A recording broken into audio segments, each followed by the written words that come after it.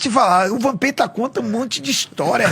A história não foi essa, cara. Tinha 2 jogos. Era um jogo contra o México, eu fiz um gol e o Romário fez 2 gols. E um jogo contra o Peru. Aí nós fomos pra Águas de Lindóia. Tava meio chuvoso assim o dia, o campo tava escorregadio. A gente foi fazer finalização. Eu, Romário, Everton, Marcelinho, França. Os caras cruzando a bola, só que os caras cruzando bola rápida. Eu dominei a bola e fiz o gol. Aí o Romário dominou e fez o gol. O Leão, lá do meio campo, ele tava observando. Quando eu dominei a bola, ele falou assim, pô, chuta de primeira, porque o zagueiro vai tá aí. Só que a bola tava vindo muito rápida, porque o campo tava escorregadio. Se você pegar de primeira, vai isolar. Aí eu olhei pro Romário, o Romário olhou pra mim, como dissesse mesmo, porra, o cara não tem porra nenhuma de ataque. Foi goleiro, quer falar com a gente? Pô, tomando cu. Cruzaram a bola, o Marcelinho foi pegar de primeira, a bola veio lá pra trás. Aí veio pro França, o França pegou de primeira, a bola caiu lá no matagal. Aí